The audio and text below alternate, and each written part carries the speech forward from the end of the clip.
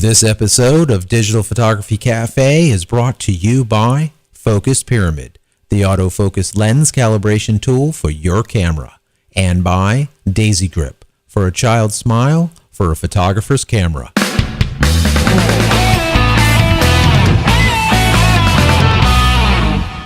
Welcome to the Digital Photography Cafe. I'm Trevor Current, your digital marketing guy. And I'm Joseph Christina, your professional photographer. So grab a latte, pull up a chair, and join us as we chat about the art and business of photography. Hey everybody, welcome back to the show. Last week was our 1-year anniversary. We chatted about the past, present, and future of Digital Photography Cafe. We also announced an iPad giveaway brought to you by our new sponsor, Daisy Grip. If you haven't listened to last week's show, I encourage you to do so. You can find it on iTunes, or you can listen through the car through Stitcher Radio, or simply head over to the website, digitalphotographycafe.com, and listen online. So Joe, we're back, man. Episode 53. 53, we are back. Yes, the 1-year anniversary's in the can. I know. It was good. Moving on to year 2. That was a lot of fun. I appreciate those flowers. That was really nice. Yes, and Flora. Yeah, that was very nice. I know people are probably like, why didn't they come out with the show first part of Monday? And it's because, why? The big giveaway.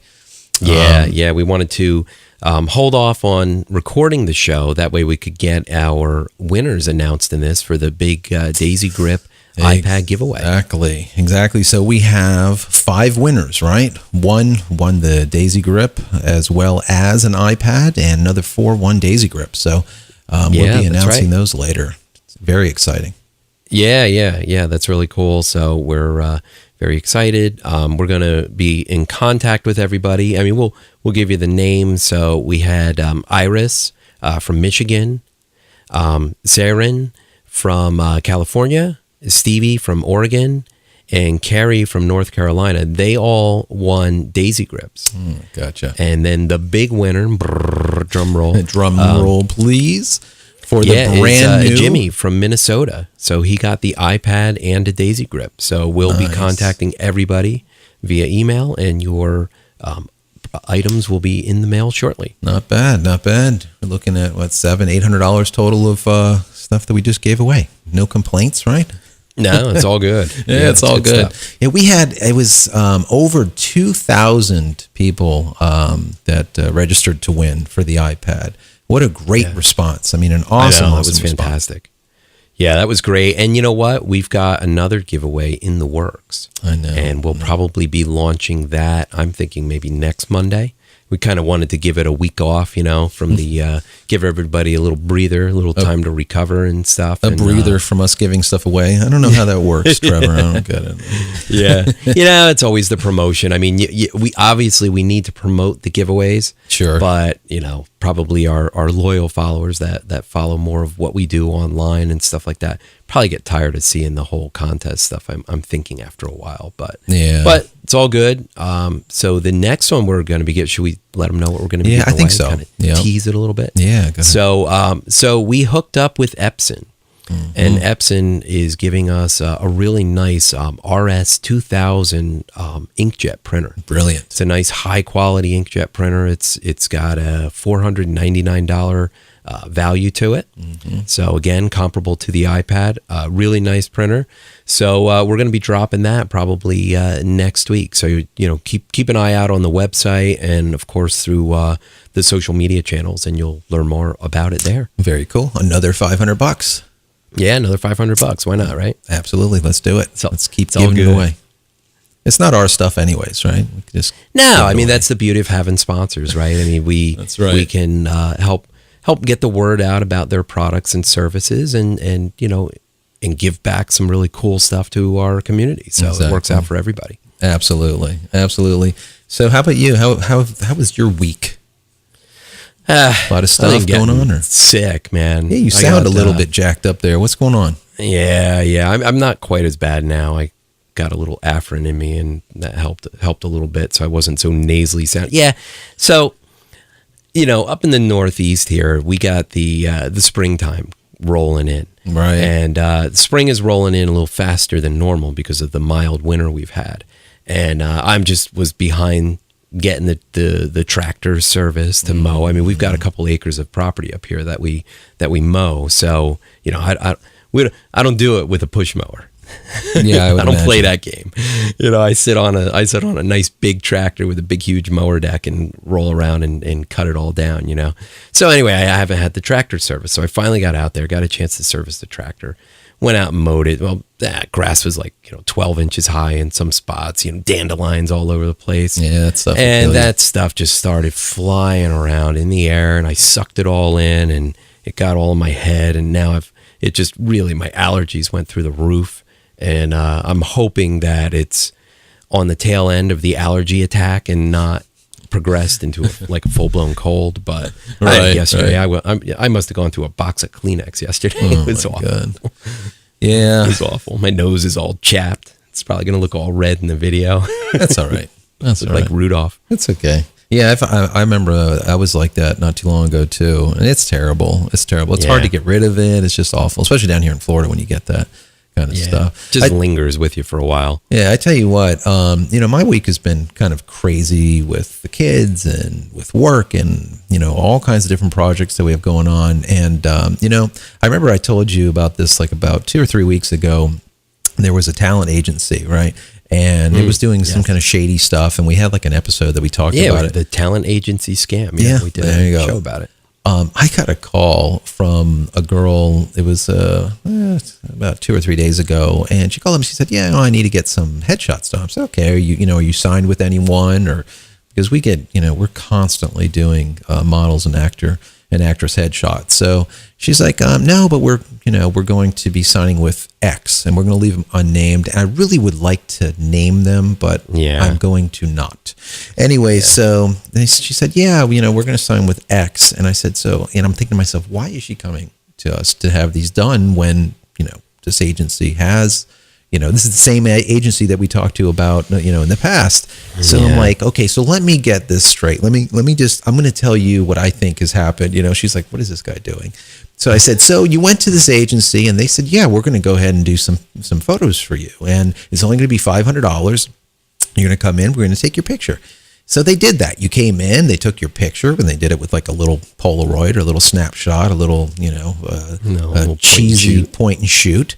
And all of a sudden you found, your picture up online. You have like a little thumbnail of, the new person that they're signing. And now they called you back and said, "Yes, we're going to have our actual our big photo shoot. We want you to bring all of your stuff, and it's only going to cost you $500 or $675. And she stopped, and there was like silence. You can hear crickets, And she's like, "That's exactly what happened." I said, "Okay." So I just wanted to throw this out there because most of the people that are listening are photographers, and this happens all the time.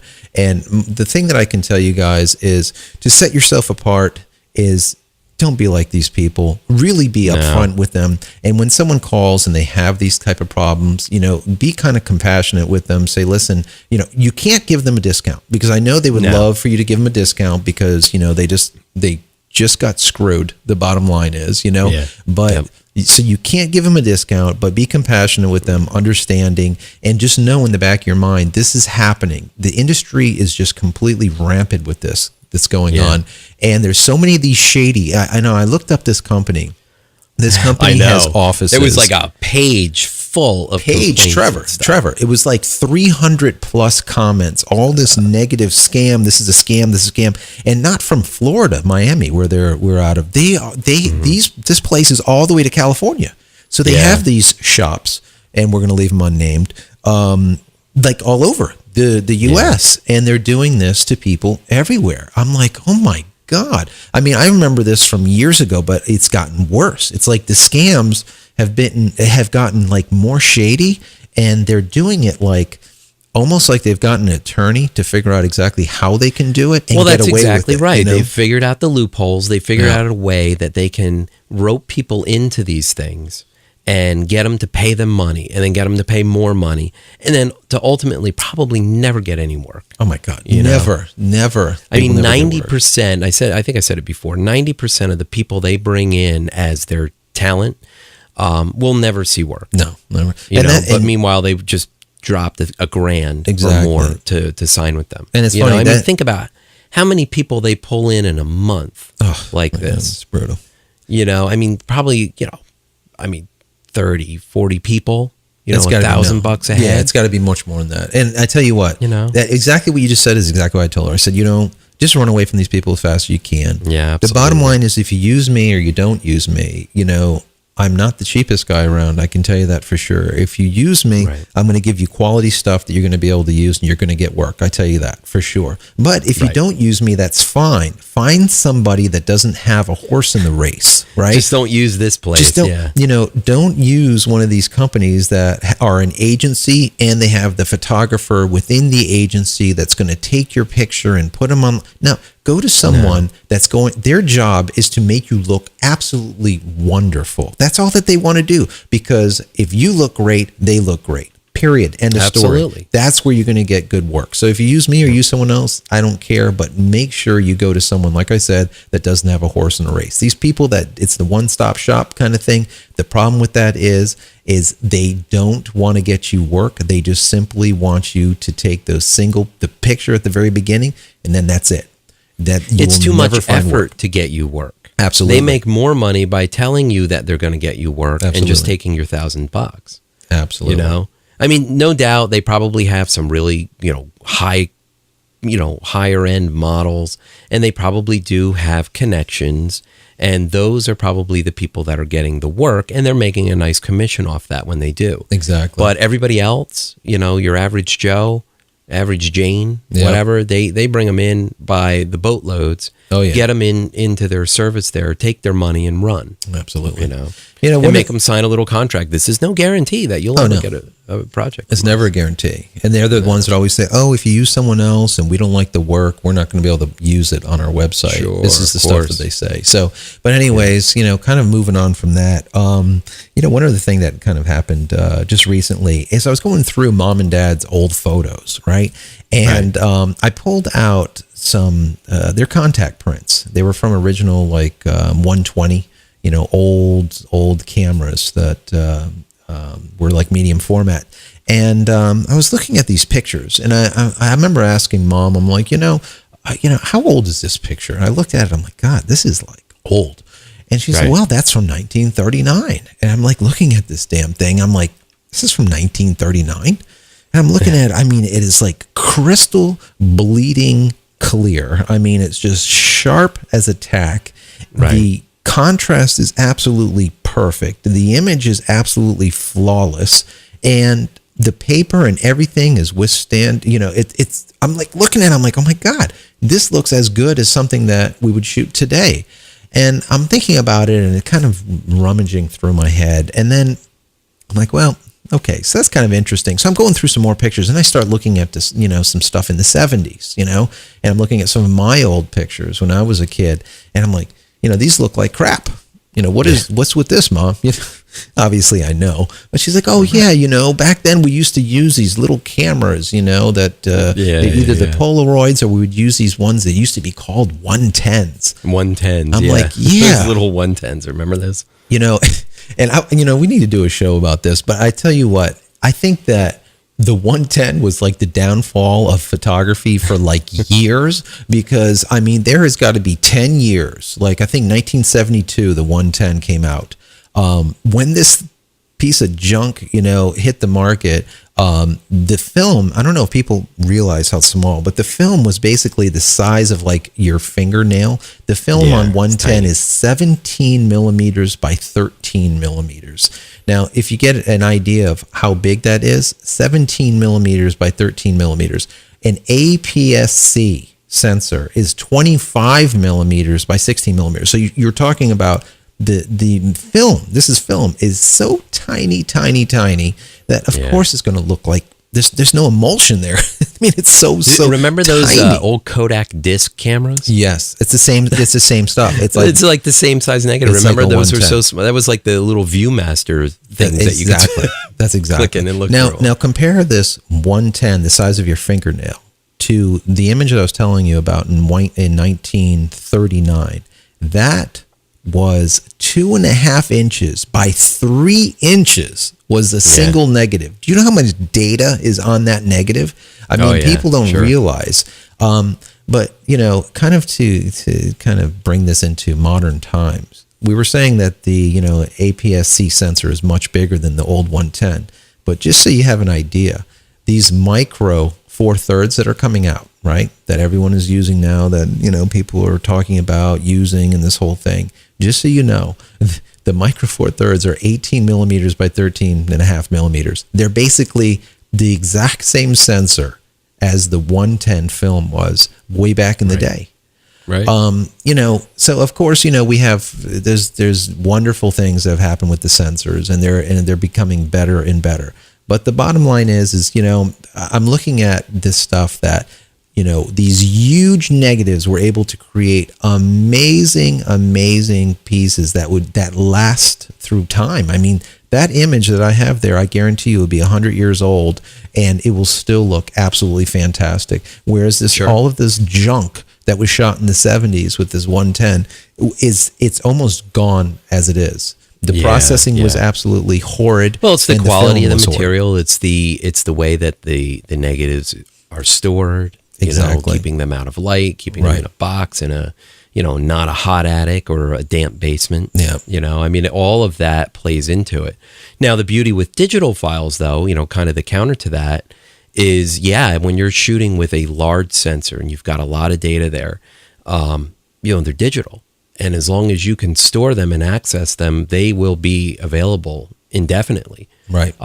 You know, the formats or whatever, I mean, you know, there will always be some form of software converter, even if the raw format that we know of it today is no longer in existence 100 years from now. Right. There will be some way of converting that digital file, even the JPEG format, the same thing. So, you know, and obviously, you know, digital, you know, doesn't take up, you know, box space and square footage, but, you know, you do need the storage space for it. Yeah, so, absolutely. you know, having the hard drives, having offline backups, having all of this stuff that we've talked about in the past, I mean, is really so important, but how do you manage it all? Right. I mean, that's really what it comes down to. I guess I'm kind of alluding to the fact that, you know, I get questions all the time, you know, should I go with, you know, the micro 4/3? Should I go with, you know, an APS-C sensor? Should I go with, you know, full frame? Should I go with whatever it is? And, you know, the bottom line is, from me to you, after doing this to 20 plus years, even from 100 years ago or 80 years ago, the bottom line is bigger, better. Bigger is better. If you can afford an APS-C, get an APS-C. If you can afford a full frame sensor, which would be the same size as a 35 millimeter, get a 35 millimeter sensor. Bigger is still better. You're getting more data, no matter if it's digitally that you're getting it, or back in the days where you were getting it on emulsion. So sure. Anyways, and the quality of the sensors I ranted. Today I'm sorry. are so much better than what they were, you know, Absolutely. 10 years ago.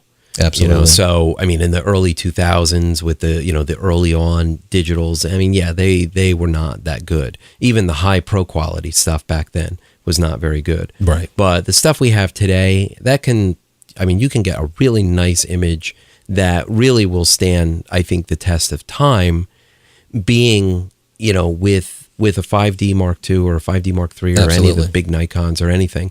I mean, you can get a very large, high-end quality print that looks razor sharp out of those images. Absolutely. So in reality, even moving forward, how much bigger are you really going to need prints? Right. You know, right. I mean, bigger than, you know, the 17 by 20s or whatever, you know, these big, huge prints. I mean, you know, you're going to be able to do them, sure. But those image sizes will still stand, you know, even in the future. Yeah, I agree. You know, for me, always, you know, we always want to go bigger and bigger and bigger, because the bottom line is it's going to last longer. You know, just like we talked about in a couple of shows back, you take a piece of film, you know, a 120 piece of film, the scanners, the digital scanners that they have are getting better and better and better. So, you know, we're able to extract even more data out of them. So, you know, Yeah, for me, just, they ask, what would you get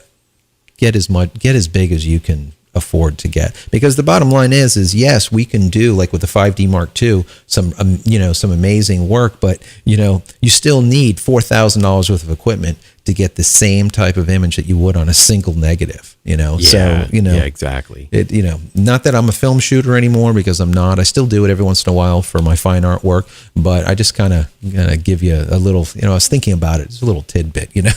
Yeah. All right, listen, man. Let's take a quick commercial break before we move on. We got a couple other things we want to cover, and we're going to have to kind of cruise through them. So let's take a quick break to hear from our new sponsor, Daisy Grip. Let's do it. Have you ever tried to photograph a child who was on the move and wouldn't settle down? A child who just wouldn't give your camera the time of day no matter what tricks you tried? If so, we have some great news for you. Introducing the Daisy Grip, your go-to tool for capturing a child's smile. Just think of the Daisy Grip as your third hand. Just place it into your camera's hot shoe, insert the child's favorite toy or puppet, and let the smiles begin. Imagine the storytelling magic that you'll have at your disposal with a ferocious lion or a friendly monster sitting on top of your camera. For the ultimate attention getter, place your smartphone into the Daisy Grip and play the child's favorite cartoon. With the addition of a Daisy Grip bracket, you can free up your hot shoe for a flash or wireless transmitter. Let Daisy Grip put the space above your lens to work for you. Make this indispensable tool your new best friend. Head over to daisygrip.com/DPC to get the listener discount. The Daisy Grip. For a child's smile, for a photographer's camera. So, Joe, I know one of the topics you wanted to talk about this week was watermarking. So why don't we get into that and kind of like the do's and don'ts, and maybe some little pieces of advice, about watermarking your images. Yeah, I know. This is one of those topics that that people can go there. There's people on both sides of the fence, and I've actually been on both sides of the fence over the years. So, it's one of those topics. It is one of those topics. Some people say, "Oh, it's unsightly." Other people say, "Well, you should do it anyways, so that you make sure that you secure your work." You have amazing photographers that have been around forever that have done really great work. Like, for example, Trey Radcliffe from Stuck in Customs. His model is he doesn't put watermarks on anything. Everything is Creative Commons, and all of his work he goes and registers with the Copyright Office. So he doesn't mind if people take it; they can use it as long as it's not for commercial use. Right. That's his mindset, and that's a valid point, and I agree with it. I was like that for a long time, and we'd put a very small copyright at the bottom. And, the more and more I think about that, what I've been, kind of looking at lately is not necessarily, putting a big gaudy, watermark in the middle of an image. I don't believe in that. But the other side of that is we know that today, pictures are just being used rampantly throughout the web. People are going into Google Images, pulling out images, and they're throwing them on their website. They're putting them everywhere, and then they have no care. Most people, if you ask, they'll say, "Oh, well, if there's no copyright on the image, well, then it's ripe for the picking. I guess I can use it. Which is obviously not necessarily the case, right? Yep. So, kind of looking at it, I think that what kind of clued me off a little bit to this is the whole idea of this Pinterest and the lawsuit, and they're going back and forth with Pinterest, and they're thinking about, people are basically just pulling, pictures. I would say 95% of everything that you see in Pinterest is not the person that's pinning it's work, right?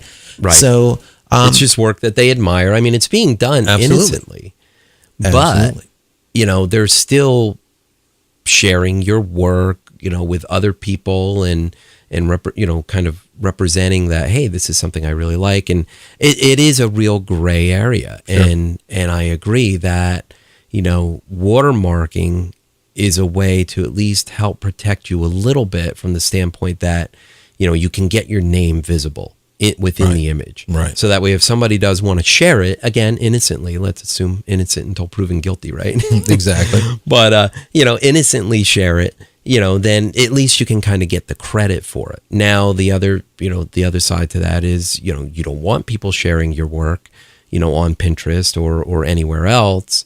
Then, to that I say, then don't put it online. Yeah. I mean, anything that you put online is kind of there forever, they say. And if you don't want it to be shared, if you don't want people to spread it around, then don't put it online. But there is a difference between sharing the image as like, hey, I really like this image, check this out. Or I'm going to share it in a brochure that I'm printing, and I'm going to use it as a design, and I'm not going to pay you for it. That doesn't work totally out. Different. That doesn't work out too well. For those type of situations, there's a few services out there.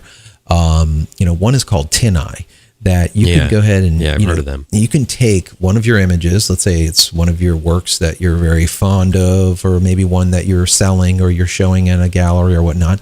You can load that in and say, okay, show me, just like you would do with a Google search, but for text, it will search for images. So, show me every image of this instance, and it'll even do like crops and all kinds of stuff. So it's really pretty cool. You'll be able to go and find where your work is showing up.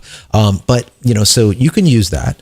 But back into the whole Pinterest thing, for me, the way I look at it is, if you're going to put work out there, it's going to be used anyways. Why not get a little something out of it? So for me, the way I'm looking at this now a little bit differently now is, well, how about if they're going to use it anyways, why don't you put your information on it? Put a little, just like, a banner. Yep. You don't have to make it gaudy and nasty. You want to make it translucent, so transparent, so that, it works with both, darks and lights. But you want to make it big enough, maybe in one of the corners, in a corner that doesn't have so much going on, so that people know where the image comes from. And you can basically at least advertise your Twitter, advertise your website, advertise your whatever it is. At least, they're going to go and pin it anyways. You might as well get something out of it, right? Well, that's it. I mean, things that pinning and sharing of your work that's being done innocently. Sure. They're going to share the entire image. They're just going to take the file and click it and share it and stuff like that. That's going to be the entire image.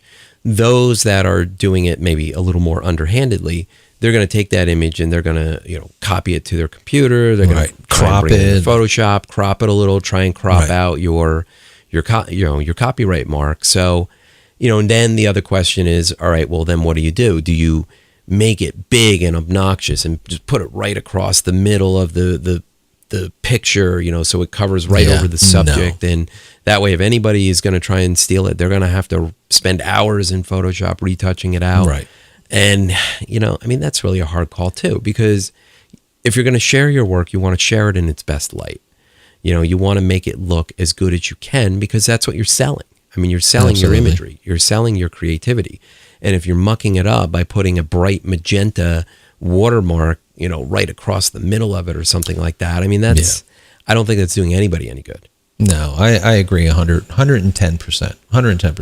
So yeah, I would say just, put a copyright in there. I mean, that's for me. Everyone has a different take of it, but for me, put a little bit of a copyright on there so at least someone can find out who you are. Maybe they love your work and they just want to be able to find you. The other thing that you want to do is make sure you fill out all the XF data in there. You really want to fill it out. All of the information, copyright information, the date you took it, GPS, the location, everything. Just fill it all out. Even if someone back, like you said, someone did something, underhanded and stripped out all the XF data out of it, you still have a version that has it in there. So if you ever need to go to court with it, you have the original that XF data was placed in there on that specific date. That's going to correlate when that image was created, or at least when it was put online. It's important. It's definitely important that you do it and you keep it. You can do it automatically through Lightroom, through Aperture. There's many programs that allow you to do custom XF data automatically, that you don't have to continuously write it in there by hand. Right? All the metadata. Yeah. Because honestly, if you have to do it by hand, it's not going to happen. It's not going to happen. Exactly. And any little bit of extra protection that you can give yourself, why not? And you know what? It's not just protection, but it's also promotion. Absolutely. Because there are legitimate people that may be searching for images and comes across one of yours in Google Image and may actually be very interested in licensing it. Or they just So love you your wanna style. have that contact right? info in there. Exactly. Or they love your style and they want to know how to get a hold of this specific Absolutely. artist because they want you to shoot their campaign or something. And they're sending Sure, they want to commission you for work. Exactly. Absolutely. So, yeah, you need to have your information somehow accessible to people. Yes, absolutely. All right, we got one more thing to talk about, but before we do, let's take another quick break to hear from Focus Pyramid. Are you frustrated with slightly out of focus images when you know your autofocus spot was dead on? It's simply not your fault.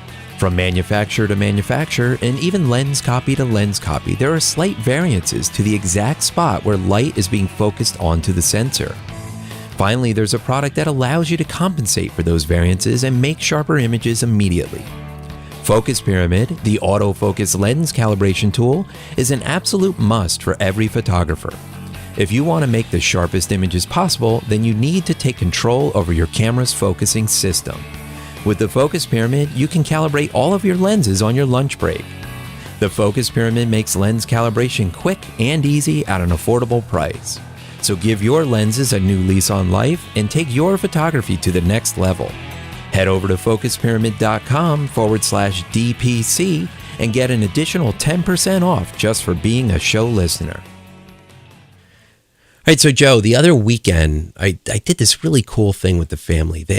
In our county, we have this thing they do like once a year. It's called a Family Fun Fest, and it's put on by the Chamber of Commerce.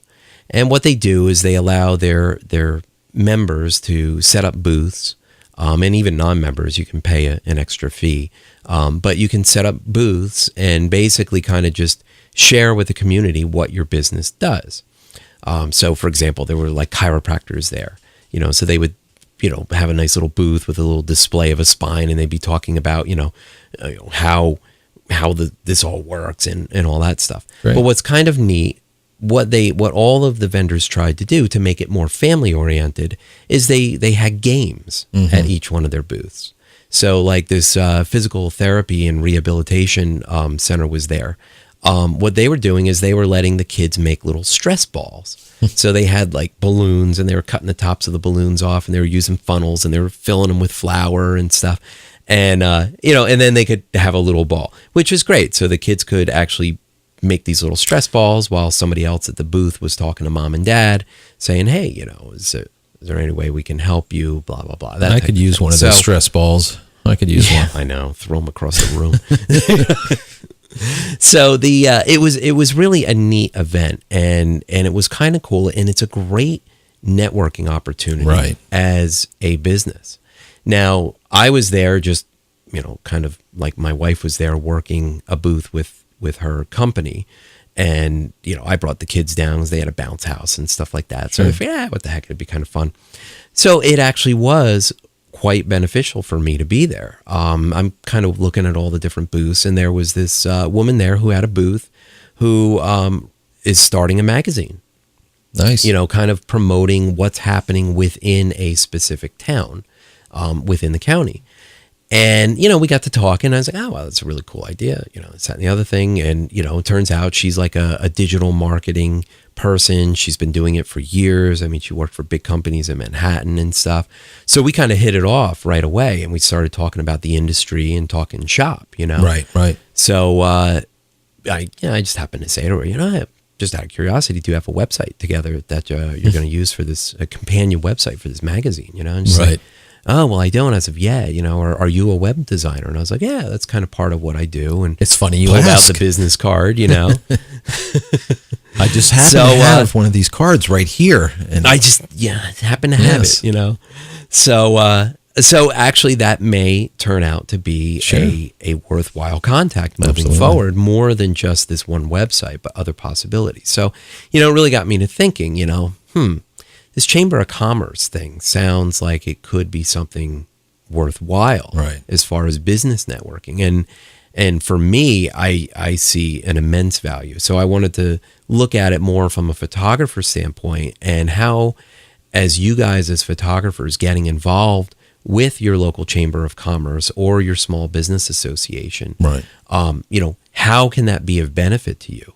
Now, for example, for me, it costs like $225 for the year of Yeah, membership. that's like nothing. It's not that That's bad. really cheap. But what you get out of it is pretty cool. Like they do these monthly breakfast meetings. Right. So you can go in, you get free food, but it gives you the ability to rub elbows and chat with like 100, they say on average, there's 100 other local businesses that attend these things. Yeah, it's like a mixer. And what's cool about those mixer, absolutely. what's cool about those mixers are the people that are there, they really want to be there. They want to mix. They want to, socialize with other businesses that are local. So yeah, I think that's a really, the chamber is it's definitely something to look into for sure. Yeah, absolutely. I mean, it really is got a lot of great networking value. The other benefit that they have here is by being a member, you have access to a downloadable database of all their members. Like a CSV file of all of their members, their contact info, their phone numbers, all of this stuff. So if you as a photographer are trying to reach local businesses to do work for them, some commercial work or whatever, it's a great way to get this database of information. Yeah, I remember when I was talking to you about this earlier, you said there was like 600, 700 people that are in this database. And I'm thinking to myself, I'm like, geez, most places, if you were to go and let's say you wanted to get a list of, let's say 1,000 close businesses, you're going to be paying 50 cents to $1 a piece anyways, just for getting them. And here you're going to get these basically for free. Plus for free, all just these, for being a member. Yeah, plus all these mixers and different things that they have. They continue, the chamber always has different things going on. If you're not involved with the chamber, it's definitely something to look into for sure. Yeah, absolutely. I mean, I haven't signed up yet, but that is on my to-do list for this week because that is really a great opportunity. As a photographer, if you could get a table at one of these events or multiples of these events, the tables, the booth spaces you can get a 10 by 10 booth space, which is equivalent to what you would get at a trade show, like what we get when we go into New York or out to Vegas, right? So you get this 10 by 10 space. It's like a couple $100. And not 2,000. No, or 5,000 or 10,000. Yeah. It's cheap. And, if I'm thinking, what could a photographer do that would be family entertainment? Well, you know what? If you're a portrait studio, maybe you have like a little set kind of set off to the side where, you're shooting, kids with props or families with props, maybe you're putting funny hats on them or something like that. Sure. Just something for fun. You're doing it for free. You're not charging them, because that's kind of the thing. Right. But what's happening is while the kids maybe are getting in front of the camera and being silly, somebody else from your company is working the table and talking to mom and dad about, hey, holidays are coming up. We do family portraits. We do, child portraits. We have a full studio laid out with all the props and this, that, and the other thing. And you're selling the business Absolutely. to them, Because fact of the matter is, photography is not one of those things that are in high demand on a daily basis. Absolutely. And when it comes time that somebody wants to hire a photographer, where do they go? They go to the yellow pages. Absolutely. They go to Google. They do a search. And now they're just kind of on a whim trying to find a photographer to do their Christmas cards. Absolutely. And they're also on word of mouth, right? So by you getting in front of them, then later on, they're kind of like, oh, I wonder who I should use for a photographer. Like, oh, you remember that guy? He seemed to be very fun. He did this, that, or whatever at the chamber event or whatever. At that event we went to. Absolutely. Yeah. Absolutely. That's even better than Google, and that's better than Yellow Pages 100-fold. Right. Absolutely. And you know what? A lot of these facilities now, they realize that these vendors want electricity. And like, I looked at their pricing for this because, I was just curious. $25. They'll hook you up with an extension cord. Amazing. So now what we know how much that actually costs on any of the trade shows. Oh my God. Oh my God. Yeah. The trade shows. That's expensive. Yeah. Very expensive. So now you bring your laptop, you plug your laptop in, you have a slideshow of your work running on it. Maybe you bring an external monitor, a nice 24-inch monitor or something like that. You set up on the table. That way your slides can be playing. They can see your work. I think it's a great option. And I would highly, highly suggest that if you are not currently involved with your local Chamber of Commerce or Small Business Association, that you definitely look into signing up, looking into the cost, the member benefits. I mean, every division is going to be a little different. See if it's right for you. But I think it's a great opportunity. Absolutely. I agree 110%. So, Trev, I think we need to get out of here. We are. I think so. Yeah. We're another good show. So, of course, as we do with every show, we want to invite our listeners to send your comments and your thoughts, maybe things that you'd like us to talk about on the show to us. Send it over through the website at digitalphotographycafe.com or connect with us on Twitter at dphotocafe. And if you enjoy the show, we encourage you to subscribe for free on iTunes or via RSS. Get them sent to your computer every week for free. So, Joe, if people want to learn more about what you're up to, how can they connect with you? So, all right, Trev, they can find me on the website at alluremm.com, on Twitter at Joseph Christina, and that's Christina without an H, on Facebook, facebook.com/alluremm, and finally, Google+. You can go to gplusjc.com. Great, and you can keep up with me on Twitter. It's at Trevor Current, and get even more information from our new account at Current Photo. And of course, check out our website at currentphotographer.com and facebook.com/currentphotographer. So, all right, Trev, we are out of here. Great show, as always. I'd like to thank the listeners for their continued support. If you enjoy the show, why not buy your caffeine-addicted hosts a cup of coffee? We've added a tip jar to the website, so please consider making a donation. If you're listening on the go, fear not. Everything that we covered during this week's show can easily be found in our show notes at our website, digitalphotographycafe.com. Once again, keep your questions and comments coming, and we'll talk to you next week.